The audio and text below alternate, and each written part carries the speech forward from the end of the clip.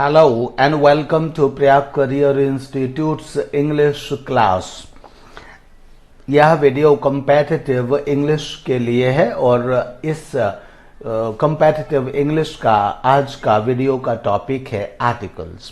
आइए आर्टिकल्स के बारे में हम आज जानना शुरू करते हैं।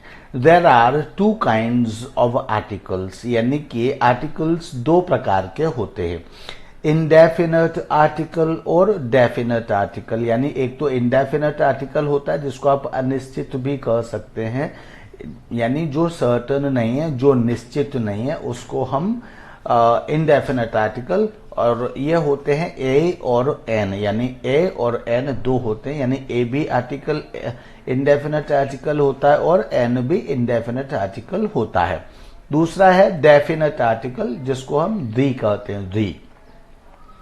Now, indefinite article A or N shows indefiniteness. Indefiniteness means अनिश्चितता दिखाता है, and definite article shows definiteness, और definite article निश्चितता दिखाता है। कैसे दिखाता है आगे हम धीमे धीमे बात करेंगे। Article A and the are used before nouns, यानी ये जो आर्टिकल्स हैं ये नाउन से पहले यूज किए जाते हैं अंडर सम रूल्स, कुछ नियमों के अंतर्गत। अंडर सम रूल्स मतलब कुछ नियमों के अंतर्गत articles a an and the ये आर्टिकल होते हैं और ये आर यूज्ड बिफोर नाउन्स, ये नाउन से पहले यूज किए जाते हैं। अंडर सम रूल्स, कुछ रूल्स के अंतर्गत ये यूज किए जाते हैं। When a singular countable noun is used for the first time, जब कोई सिंगुलर काउंटेबल नाउन पहली बार यूज किया जाता है, जब कोई सिंगुलर काउंटेबल नाउन पहली बार यूज किया जाता है,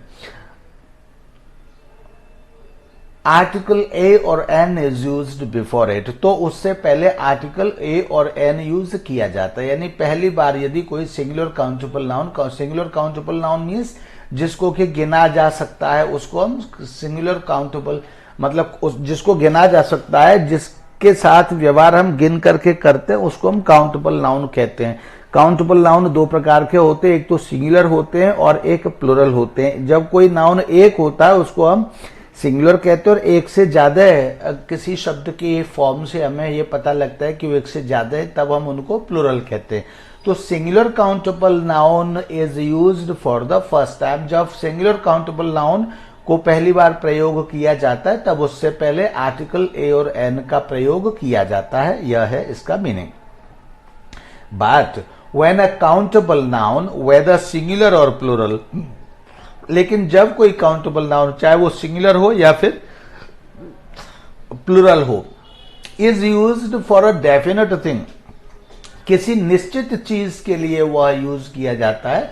डेफिनेट थिंग मीन्स निश्चित चीज, यानी सर्टन थिंग के लिए जब यूज किया जाता है, और रेफर्स टू अ थिंग और person that has already been referred to earlier, या फिर और रेफर्स टू अ थिंग और पर्सन, या फिर किसी ऐसे व्यक्ति, किसी ऐसी वस्तु या व्यक्ति का संदर्भ देती है या विषय में बताती है या एक्सप्लेन करती है या प्रस्तुत करती है, that has already been referred to earlier, जिसको कि या जिसके विषय में पहले ही कुछ कहा जा चुका है। Article D is used before it, तो उसके आगे आर्टिकल डी का प्रयोग किया जाता है।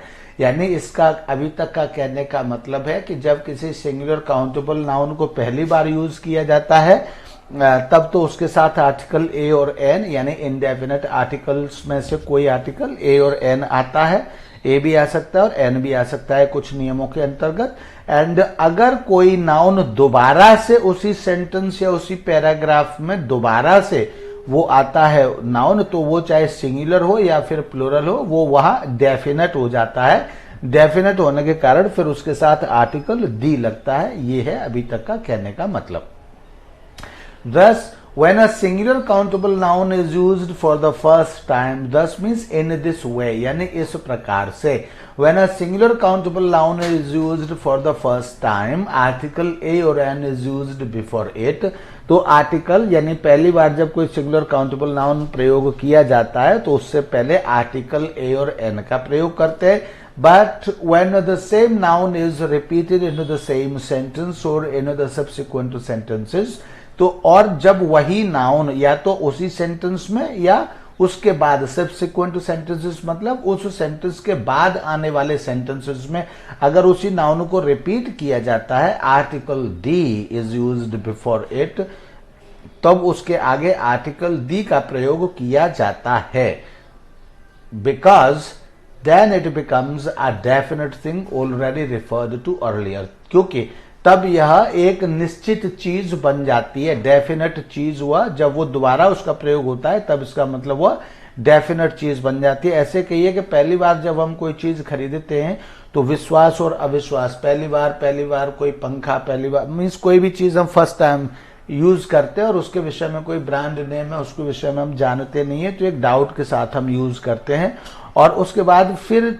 हमें वही चीज हमें दोबारा चाहिए, तो फिर हम उसी ब्रांड की बहुत ही विश्वास के साथ ले आते हैं।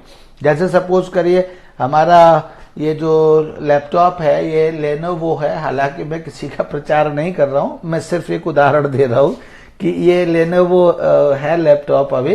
एंड सपोज करिए पहली बार हमने लिया था तो ये डाउट के साथ लिया था, पता नहीं चलेगा नहीं चलेगा, ले लें नहीं ले लें, कईयों से पता किया था तो भैया ये ले लें क्या, ये ले लें क्या, ये ले लें क्या, इस तरह से। फिर किसी ने कहा था हाँ क्या ले लो, ठीक है ठीक है ठीक है, कई लोगों ने बता दिया, विश्वास दिया, तो फिर ये हमने ले लिया। लेकिन अब हमको दोबारा लैपटॉप चाहिए, तो अब हम नहीं पूछ रहे किसी से कि अब हम ले लें क्या भैया लेने, वो अब जो है हम हमारे घर में भी सभी कहते हैं वही वाला लेना जो लेंगे जो हमने पहले लिया था। मीन्स अब ये हमारे लिए डेफिनेट हो गया, इस पर हमको विश्वास जम गया कि हाँ यही सही है।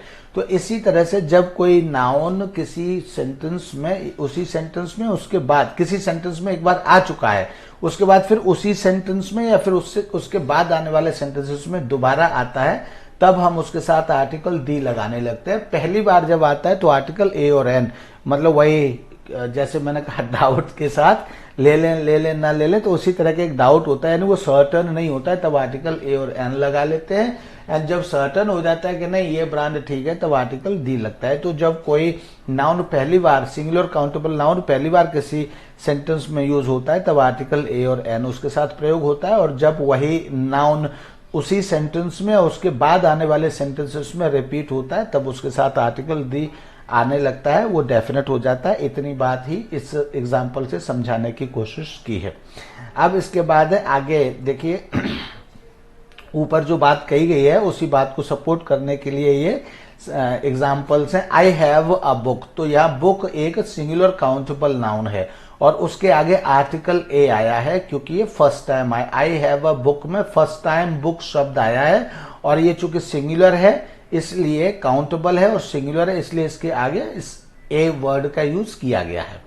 इसके बाद फिर देखिए the book is informative, the book is very informative, तो ये यही बुक दोबारा यहाँ पर बुक शब्द का यूज किया गया है और इस बुक का मतलब है कि जो बुक ही हमने खरीदी है या जो बुक हमारे पास है वही बुक इन्फॉर्मेटिव है, ये कहने का मतलब है इसका। तो इसलिए यहाँ पर ये डेफिनेट हो गई बुक, ये कौन सी बुक जो हमारे पास है, तो ये डेफिनेट हो गया और इसलिए इसके साथ आर्टिकल डी आ गया। Second sentence I have a book, यहां भी पहली बार सेंटेंस में आया, ये सिंगुलर काउंटेबल नाउन है बुक और ये पहली बार सेंटेंस में आ रहा है, तो यहां ए आ गया। The book is not very informative, तो हालांकि जो मेरे पास बुक है, यहां तो क्या है कि इन्फॉर्मेटिव है और यहां हम क्या कह रहे हैं the book is not very informative, यानी मेरे पास बुक है हालांकि वह बुक जो मेरे पास है वो इन्फॉर्मेटिव नहीं है। तो दोबारा बुक आया, यहां जब दोबारा आया तो उसके लिए हमने क्या यूज किया, हमने मतलब राइटर ने क्या यूज किया, दी यूज किया। आई हैव अ बुक, यहाँ सिंगुलर काउंटेबल नाउन है तो इसके आगे ए आ गया, इंडेफिनेट आर्टिकल ए और एन में से ए आ गया और जब वही बुक उसी का नाम दोबारा यहां आया तो फिर उसके साथ आर्टिकल दी आ गया। इसको समझे। Third sentence is there was a house, तो यहां हाउस क्या है, इस सेंटेंस में पहली बार हाउस शब्द आया है तो सिंगुलर है, काउंटेबल नाउन है। काउंटेबल नाउन मतलब जिनको गिना जा सके, तो उसको हम काउंटेबल नाउन, यानी जिसको व्यवहार में हम गिन करके लाते हैं उसको हम काउंटेबल नाउन कहते हैं। गिन कर खरीदते हैं, गिन कर खाते हैं, गिन कर देते हैं, गिन कर लेते हैं, गिन कर फेंकते हैं, जो भी कुछ करते हैं गिन कर करते हैं, तो उनको हम काउंटेबल नाउन कहते हैं। तो there was a house, house यहाँ क्या है, सिंगुलर काउंटेबल नाउन है, एक है तो सिंगुलर है, और चूंकि गिना जा सकता है तो गिन करके ही इनका प्रयोग किया जाता है व्यवहार में, तो इसलिए ये सिंगुलर है और काउंटेबल है। तो इसके साथ हमने आर्टिकल ए लगाया। एंड इसके बाद फिर हाउस दोबारा से उसी सेंटेंस में, ये सबसिक्वेंट सेंटेंस हो गया, यानी ये सेंटेंस इसके बाद आने वाला है ये सेंटेंस, तो इसको हम कहेंगे सबसिक्वेंट सेंटेंस। तो इसमें फिर से हाउस शब्द आ गया, तो भैया आप दोबारा बार बार आओगे तब तो आप पकड़े जाओगे, तो दोबारा आने पर उसके साथ आर्टिकल दी चिपका दिया कि अब ये भैया दोबारा आया है, अब ये सर्टन हो गया, अब ये डेफिनेट हो गया, दोबारा आया है, दी मतलब दोबारा आया है, ठीक है। एंड इसी तरह से fourth sentence, there was a house, यहां भी हाउस के साथ ए आ गया। And the house was very large, तो यहां दोबारा से हाउस आ गया तो फिर से दी लगा दिया कि भैया ये दोबारा आ रहा है, दोबारा आएगा तो दी लगा देंगे, दोबारा मत आना, आओगे तो दी लगा देंगे, ठीक है। तो इस तरह से दोबारा आने पर इसके साथ दी लगा दिया। नेक्स्ट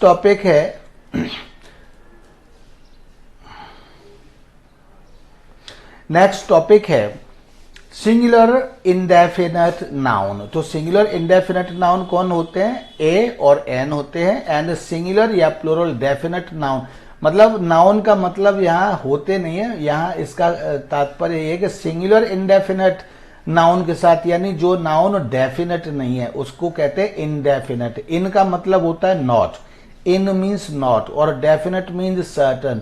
तो सिंगुलर इंडेफिनेट नाउन का मतलब है वे सिंगुलर नाउन जो डेफिनेट नहीं है, which are not definite are known as indefinite. तो singular indefinite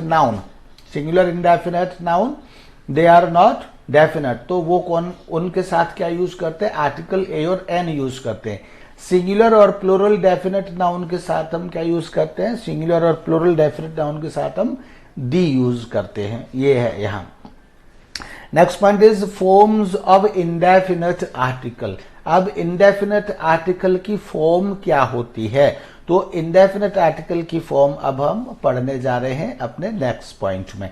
indefinite article has two forms. Indefinite article की दो फॉर्म होती हैं, एक तो ए एंड एन, यानी एक ए होती है और दूसरी एन होती है। ए और एन इंडेफिनेट आर्टिकल की फॉर्म्स होती हैं।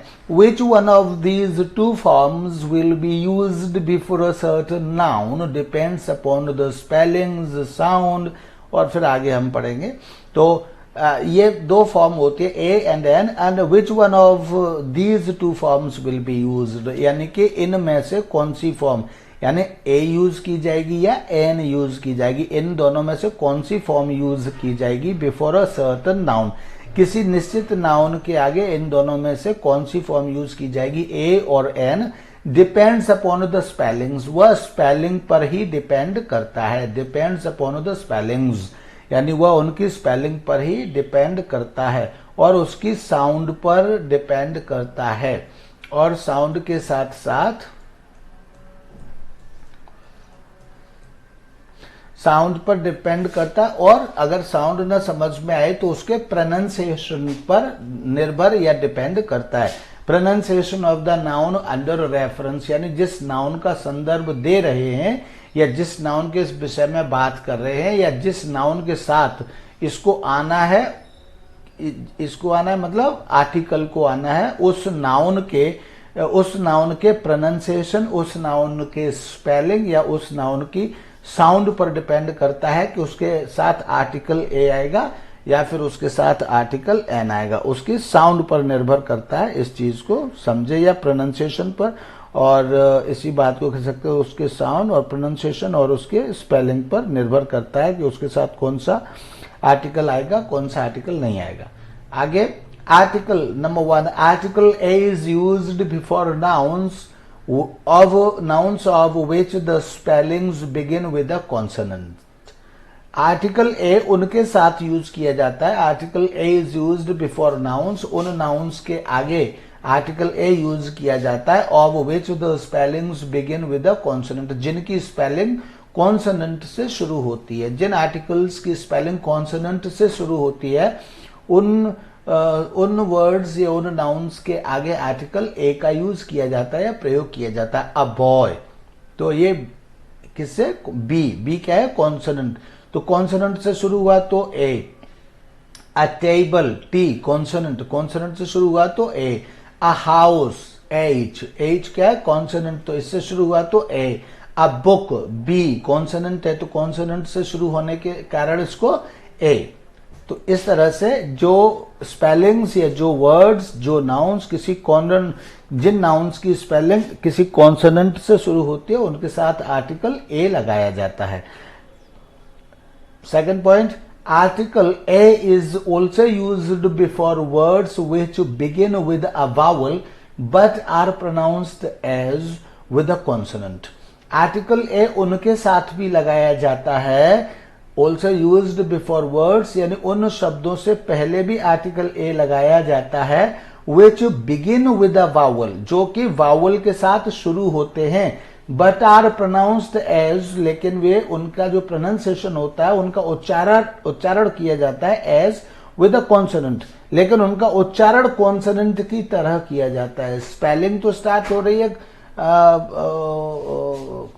वावल से, लेकिन उसका उच्चारण कॉन्सोनेंट के साथ शुरू हो रहा है, तो इसलिए उसके साथ हम ए का ही प्रयोग करते हैं। जैसे यूरोपियन, तो यू साउंड क्या है, कॉन्सोनेंट है, तो प्रोनाउंसिएशन प्रोनाउंसिएशन तो इसका कॉन्सोनेंट का है, लेकिन लिखा यू ई है, लेकिन प्रोनाउंसिएशन यू का है, इसलिए इसके साथ आर्टिकल ए यूज किया जा रहा है। इसी तरह से अ यूनिक, तो स्पेलिंग तो इसकी यू से शुरू हो रही है, जिसको कि हम वावल साउंड कहते हैं, लेकिन इसका प्रोनाउंसिएशन यू से शुरू हो रहा है, य को हम कॉन्सोनेंट कहते हैं, इसलिए इसके साथ आर्टिकल ए यूज किया जा रहा है। इसी तरह से अ 1 रुपी नोट, ए 1 रुपी नोट, तो यहां स्पेलिंग तो औ से शुरू हो रही है और औ वावल साउंड होता है, वावल होता है, लेकिन इसकी जो साउंड आ रही है यानी प्रोनाउंसिएशन आ रहा है वो है वन, व, जैसे व से वकील, तो इसी तरह से व से वकील, व से वन, इसी तरह से वन, व साउंड आ रही है, इसलिए व साउंड आने के कारण इसके साथ आर्टिकल ए ही यूज किया जाएगा। अ यूजुअल साइट, तो यहां भी यू से शुरू हो रहा है, लेकिन यह साउंड आने के कारण इसके साथ आर्टिकल ए से ही स्टार्ट किया जाएगा। इसी तरह से अ यूनिवर्सल ट्रूथ, तो स्टार्ट तो वावल साउंड से मीन्स वावल से हो रहा है, वावल लेटर से हो रही है स्पेलिंग, लेकिन इसकी आवाज क्या है, आवाज है य, प्रोनाउंसिएशन क्या है य, इसलिए इसके साथ आर्टिकल ए ही यूज किया जाएगा। सच अदर वर्ड्स आर, इसी तरह के दूसरे भी शब्द हैं जिनके साथ जो मतलब वावल साउंड से उनकी स्पेलिंग शुरू होती है, लेकिन उनकी जो प्रोनाउंसिएशन है वो उनका कॉन्सोनेंट जैसा है, तो उस तरह के वर्ड्स हैं आपका यूरोपियन, जैसे यहाँ यूरोप आया था, विच बिगिन विद वावल्स और are pronounced as with the consonant, जैसे अ यूरोपियन, अ यूनिक, इसी तरह से such other words are university, utensil, uniform, union, unity, unit, united, unitarian, useful and one, ये सभी, यानी इनके साथ भी अगर ये इंडेफिनेट नाउन बन करके कहीं भी आएंगे तो इनके साथ डेफिनेट बन के आएंगे तो इनके साथ दी यूज होगा, लेकिन फिलहाल हम ये बात कर रहे हैं इंडेफिनेट आर्टिकल अगर यूज होना है, ए और एन में से कोई यूज होना है तो इनके साथ ए यूज होगा, क्योंकि बेशक ये इनकी जो फर्स्ट स्पेलिंग है वो वावल है, वावल लेटर है या वावल साउंड है, लेकिन इनका प्रोनाउंसिएशन वावल साउंड नहीं है, इनका प्रोनाउंसिएशन कॉन्सोनेंट साउंड से शुरू हो रहा है, इसलिए इनके साथ आर्टिकल ए आएगा ना कि एन आएगा। Now you will see that all these words begin with the second of Y और डब्ल्यू, ये सेकंड नहीं है, ये जो है यहाँ गलत हो गया है, ये साउंड है, SOUND, with the sound of Y और डब्ल्यू, यानी कि यह तो यह साउंड से शुरू होते हैं या फिर डब्ल्यू से शुरू होते हैं, विच आर कॉन्सोनेंट्स, जो कि कॉन्सोनेंट्स हैं, and not with the sound of any vowel, और ये किसी वावल से शुरू नहीं होते हैं, इसलिए इनके साथ सभी के साथ आर्टिकल ए ही आएगा। Third point is article N. Article N is used before those words. Article N is used before those words which begin with a vowel. As vowel, vowel means vowel spelling. जैसे A, E, I, O, U में से किसी letter से अगर कोई word शुरू होता है तो उसके साथ आर्टिकल एन आता है. जैसे an enemy, an enemy, an ox, an ink pot, an ass, ये सभी ई से, ओ से, आई से और ए से शुरू हो रहे हैं और ये वावल साउंड से शुरू हो रहे हैं, वावल स्पेलिंग से शुरू हो रहे हैं, ऐसे भी कह सकते हैं. इसलिए इनके साथ एन आ रहा है. An enemy, an ox. अब यहाँ पे बोल करके भी देख लीजिए. जैसे अगर यहाँ ए लगाते तो ए एनमी, यानी कि ए लगाने से और एनमी, और ए और एनमी को एक साथ नहीं बोला जा सकता, ब्रेक करना पड़ता है. लेकिन एन एनमी, अन एनमी, अन एनमी, इसको ये बोलने में स्मूथ है, इसीलिए इसके साथ एन लगाया जाता है. एनॉक्स, एनॉक्स, ए ऑक्स, ए ऑक्स. तो बिना रुके हम ऑक्स ए पहले बोल करके फिर खत्म करना पड़ेगा, तब ऑक्स हम बोल सकते हैं. लेकिन अनॉक्स, अनॉक्स, अनॉक्स, तो ताकि डबल वावल साउंड की कोई प्रॉब्लम ना हो, इसलिए दो वावल साउंड के बीच में एक कॉन्सोनेंट साउंड हम लगाते हैं. इसीलिए एक ही जगह पर यह एन लगाया जाता है. An ink pot, an ink pot, an ink pot, an ass, an ass. तो इस तरह से जो वावल साउंड से जो नाउन शुरू होते हैं उनके आगे एन इसीलिए लगाया जाता है. Fourth point is article N is also used before those words which begin with silent mute H. जो silent या mute H साउंड से शुरू होते हैं, यानी कि उनका वो स्टार्ट तो H से शुरू हो रहा है लेकिन उनका प्रोनाउंसिएशन क्या है, वो वावल साउंड से शुरू हो रहा है. H तो कॉन्सोनेंट है तो उनकी स्पेलिंग तो H से शुरू हो रही है लेकिन उनका प्रोनाउंसिएशन वावल से शुरू हो रहा है, तो उनके साथ भी हम एन लगाते हैं. जिस तरह से ऊपर के आपने सेकंड रूल में आपने देखा कि मतलब कॉन्सोनेंट से वावल से शुरू हो रही है लेकिन कॉन्सोनेंट साउंड से है, तो कॉन्सोनेंट साउंड से शुरू होने के कारण उसके साथ हमने ए लगाया, एन नहीं लगाया. इसी तरह से यहाँ कॉन्सोनेंट से शुरू हो रहा है लेकिन प्रोनाउंसिएशन उसका वावल से शुरू हो रहा है, तो इसलिए उसके साथ एन आ रहा है, ए नहीं आ रहा. जैसे for example an hour, an honourable, an honourable man, an honest man, honest.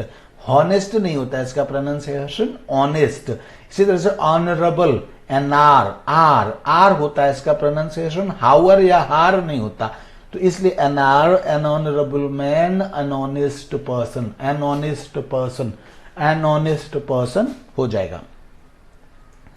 Next is such other words. इस तरह के दूसरे वर्ड्स भी है. Such other words are heir, heiress, heir, heiress. यानी ये लगता तो जैसे हेयर लिखा हो लेकिन वास्तव में इसका जो प्रोनाउंसिएशन होता है that is heir, heir, heir, heiress. तो इसलिए इनके साथ भी आर्टिकल एन ही आता है, ए नहीं आता है. एयरलूम, ऑनेस्ट, ऑनरेरियम, ऑनरारियम, इस तरह से इसके प्रोनाउंसिएशन में थोड़ा सा मुझे कंफ्यूजन है. And honorary, honour, honourable, hour, hourly, इस तरह से ये सभी इनका जो प्रोनाउंसिएशन है वो साउंड से शुरू हो रहा है, मतलब वावल साउंड से शुरू हो रहा है, इसलिए इनके साथ एन ही आता है. Note. What is note? Note is थोड़ा सा, हाँ इस तरह से करो. Earlier, humble, humility, hotel, hostel, hospital were also supposed to begin with silent H. Actually, इनके साथ थोड़ा सा कभी कभी इनको वावल साउंड से इनमें भी जो है, जैसे humble, humility, होटल. अब होटल है, इसके दो प्रोनाउंसिएशन होते हैं, होटल भी बोला जाता है, आउटेल भी बोला जाता है इसको, आउटेल. जब इसको आउटेल बोलते हैं तब इसके साथ भी आर्टिकल एन ही यूज करते हैं. ठीक है. हॉस्टल एंड हॉस्टल, इसको हॉस्पिटल को तो हॉस्पिटल ही बोला जाता है, हॉस्पिटल कभी नहीं बोला जाता. Were also supposed to begin with silent H, मतलब इनको भी साइलेंट एच से बोला जाता था, या कभी कभी ऐसा सपोज किया जाता है कि ये भी बोले जाते हैं ऐसे. And article an was used before them, और उनके साथ आर्टिकल एन उनके साथ यूज किया जाता था. But now these words are pronounced with the consonant sound of H. लेकिन अब तो ये कॉन्सोनेंट साउंड एच के साथ ही इनको प्रोनाउंस किया जाता है, यानी इनका उच्चारण एच साउंड से ही, यानी ह साउंड से ही किया जाता है. And therefore article a is used before them, और इसलिए इनके साथ अब आर्टिकल ए ही यूज किया जाता है. इनमें हम्बल, ह्यूमिलिटी, हॉस्टल, हॉस्पिटल इनके साथ तो किया जाता है, लेकिन होटल के साथ अभी भी कभी कभी हम देखते हैं कि इनके साथ कुछ न्यूज़पेपर्स वगैरह में एन होटल भी आ जाता है, कुछ बुक्स में एन होटल भी लिखा हुआ आ जाता है, और कुछ बुक्स में ए होटल भी लिखा हुआ आ जाता है. तो ये जानकारी भी आपके सामने होनी ही चाहिए. Fifth point is some abbreviations are there which are pronounced with a vowel sound and therefore article n is used before them. कुछ abbreviations ऐसे होते हैं, यानी abbreviations मतलब कुछ संक्षिप्ताक्षर ऐसे कह सकते हैं, संक्षिप्त वर्ड्स या संक्षिप्त शब्द. मतलब हम बड़े बड़े जो शब्द है उनको बना करके शॉर्ट करके हम छोटा लिख देते हैं, तो उसको हम अब्रीविएशंस कहते हैं. तो कुछ अब्रीविएशंस ऐसे होते हैं which are pronounced with a vowel sound, जो जैसे ऊपर हमने बात की सेकंड और फोर्थ रूल में, उसी तरह से ये भी मतलब वावल साउंड से शुरू होते हैं. And therefore article an is used before them. जैसे एम ए, तो वैसे तो ये म यानी एम को हम कॉन्सोनेंट कहते हैं, लेकिन अगर इसको हम प्रोनाउंस करें तो इसकी पहली साउंड क्या है, दो साउंड से बनकर मिल करके कॉन्सोनेंट बना. जैसे हिंदी में हम कहते हैं कि बिना स्वर के कोई व्यंजन नहीं बोल सकते. जैसे क, तो क में क प्लस अ साउंड आती है, तब उसको हम क व्यंजन कहते हैं. ख में भी ख प्लस अ, ग में भी ग प्लस अ, यानी ग बिना अ के हम ग नहीं बोल सकते. इसी तरह से यहां भी एम में म साउंड तो कॉन्सोनेंट, लेकिन ए क्या है, इसको हम वावल साउंड कहते हैं. चूंकि इसकी जो पहली साउंड है वो वावल साउंड है, इसलिए इसके साथ हम एन एम ए लगाते हैं. एन एम ए यानी कि एम में लास्ट के दो साउंड से मिलकर के ये एम बना है, एक तो ए दूसरा म. तो म तो लास्ट में है जो कॉन्सोनेंट है, लेकिन शुरुआती क्या है, एम. यानी इंग्लिश में भी बिना वावल के आप कोई कॉन्सोनेंट बोल नहीं सकते. किसी भी भाषा में आप स्वर के बिना वह व्यंजन नहीं बोल सकते. कॉन्सोनेंट को ही हम व्यंजन कहते हैं. तो उसमें हमारे व्यंजन में लास्ट में आता है स्वर, इनमें चूंकि ये व्यंजन है लेकिन इनमें आप पहले भी आ जाता है, कई बार बाद में भी आ जाता है. तो इसलिए इसमें जो कॉन्सोनेंट जो एम साउंड है, इसमें पहले ए शब्द आ रहा है, मिस साउंड आ रही है, तो इसलिए इसके साथ एन आर्टिकल इनके साथ लगाया जाता है. इसी तरह से एन एम पी, तो ए साउंड पहले आ रही है और म बाद में आ रहा है, तो पहली साउंड है वो वावल साउंड है, इसलिए इसके साथ भी एन एम पी यानी एन आर्टिकल लगाया जा रहा है. इसी तरह से एन एम एल ए, इस एम ए में एम है, एम पी में एम है, एम एल ए में भी एम है, तो इसलिए तीनों के साथ एन ही शब्द आ रहा है या आर्टिकल आ रहा है, क्योंकि पहली साउंड ए वावल साउंड है, दूसरी साउंड म कॉन्सोनेंट साउंड है. तो पहली साउंड को देख करके आर्टिकल एन इनके साथ यूज किया जा रहा है. इसी तरह से एन एफ आई आर, तो एफ में सबसे पहली साउंड क्या है, ए, दूसरी साउंड है फ. तो फ साउंड कॉन्सोनेंट है, ए साउंड वावल है, और इसीलिए ए साउंड को देखते हुए या ए साउंड के अनुसार इसके साथ भी आर्टिकल एन का प्रयोग किया जा रहा है. इसी तरह से एन एस डी ओ, तो इसमें भी पहली साउंड ए, दूसरी साउंड है स कॉन्सोनेंट है, लेकिन ए साउंड इसमें वावल साउंड है, इसलिए इसके साथ भी एन आर्टिकल लगाया जा रहा है. An S D O, an H M T, तो एन एच एम टी इसमें भी एच में छ साउंड तो कॉन्सोनेंट है, लेकिन ए इसमें वावल साउंड है, इसलिए वावल साउंड इसमें पहले आ रही है तो वावल साउंड को देखते हुए इसमें भी आर्टिकल एन लगाया जा रहा है। NRTO, RTO, आ टी ओ, अंग्रेजी में तो आ ही पढ़ते हैं इसको, लेकिन अगर हम हिंदी में इंग्लिश का प्रोनाउंसिएशन हिंदी में करें तो भी आर आर आर। तो सबसे पहले आ शब्द साउंड आई, उसके बाद र ध्वनि आई। तो आ चूंकि वावल साउंड है इसलिए इसके साथ हम एन आर्टिकल को लगा रहे हैं, NRTO एटसेट्रा। ठीक है। Note, in the above noted abbreviations are used in their full form, या in नहीं बल्कि if होना चाहिए, if the above noted abbreviations are used in their full form, यानी यदि above noted abbreviations, ये जो ऊपर नोट किए हुए abbreviations है, are used in their full form, अगर ये अपने फुल फॉर्म में यूज किए जाते हैं, दे टेक आर्टिकल ए, तो अपने साथ कौन सा आर्टिकल लेते हैं, तब ये आर्टिकल ए लेते हैं, एन नहीं लेते। क्यों नहीं लेते एन? क्योंकि तब ये जो इनकी जो स्टार्टिंग है वह कॉन्सोनेंट साउंड से शुरू हो जाती है। जैसे हमने कहा एमए, तो एमए में तो एन आया, लेकिन मास्टर ऑफ आर्ट, तो अब किससे शुरू हो रहा है? मास्टर, यानी म मतलब कॉन्सोनेंट साउंड से शुरू हो रहा है, तो अ मास्टर ऑफ आर्ट कहेंगे। इसी तरह से अ मेंबर, एमपी में ए से शुरू हो रहा है तो एन आ रहा है, लेकिन मेंबर ऑफ पार्लियामेंट, तो अब किससे शुरू हो रहा है? मेंबर, यानी कि कॉन्सोनेंट साउंड से शुरू हो रहा है, तो इसलिए अ मेंबर ऑफ पार्लियामेंट यानी ए आएगा। इसी तरह से मेंबर ऑफ लेजिस्लेटिव असेंबली, एनएमएलए में तो एन ए से शुरू हो रहा है तो एन आ गया, लेकिन a member of legislative assembly, तो किससे शुरू हुआ? मेंबर शब्द किससे शुरू हुआ? कॉन्सोनेंट से शुरू हुआ, इसलिए इसके साथ भी क्या आएगा? आर्टिकल ए आएगा। इसी तरह से FIR, फर्स्ट इंफॉर्मेशन रिपोर्ट, तो यहां फर्स्ट किससे शुरू हुआ? कॉन्सोनेंट साउंड से, फ से शुरू हुआ, इसलिए इसके साथ आर्टिकल ए आएगा।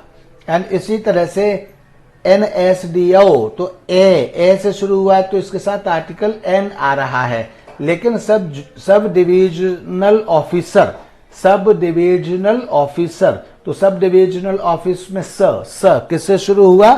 स से शुरू हुआ, स क्या है? कॉन्सोनेंट साउंड है, इसलिए इसके साथ आर्टिकल ए आने लगेगा।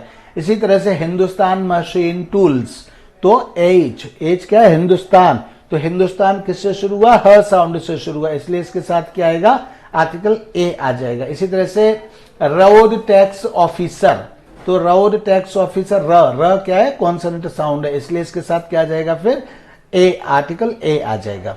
इस तरह से ये मैंने यहीं पढ़ करके बता दिया, ये नीचे लिखा हुआ है, मुझे ध्यान नहीं रहा, तो इस तरह से a member of parliament, a master of arts, यहाँ ये ध्यान दें। ठीक है, तो इस टॉपिक में मुझे यहीं तक बताना था। Use of indefinite article a और एन, ये कहाँ कहाँ कैसे कैसे आते हैं, ये अब आपको नेक्स्ट वीडियो में आपके साथ शेयर करेंगे। इस वीडियो में यहीं तक के लिए था। आज के लिए thank you and bye bye. इस पर आप कमेंट करिए, एंजॉय करिए, पढ़िए, समझिए, फिर हम आपको दूसरा वीडियो लेकर के आते हैं, आपको गिफ्ट करते हैं दूसरा video. Thank you and bye bye.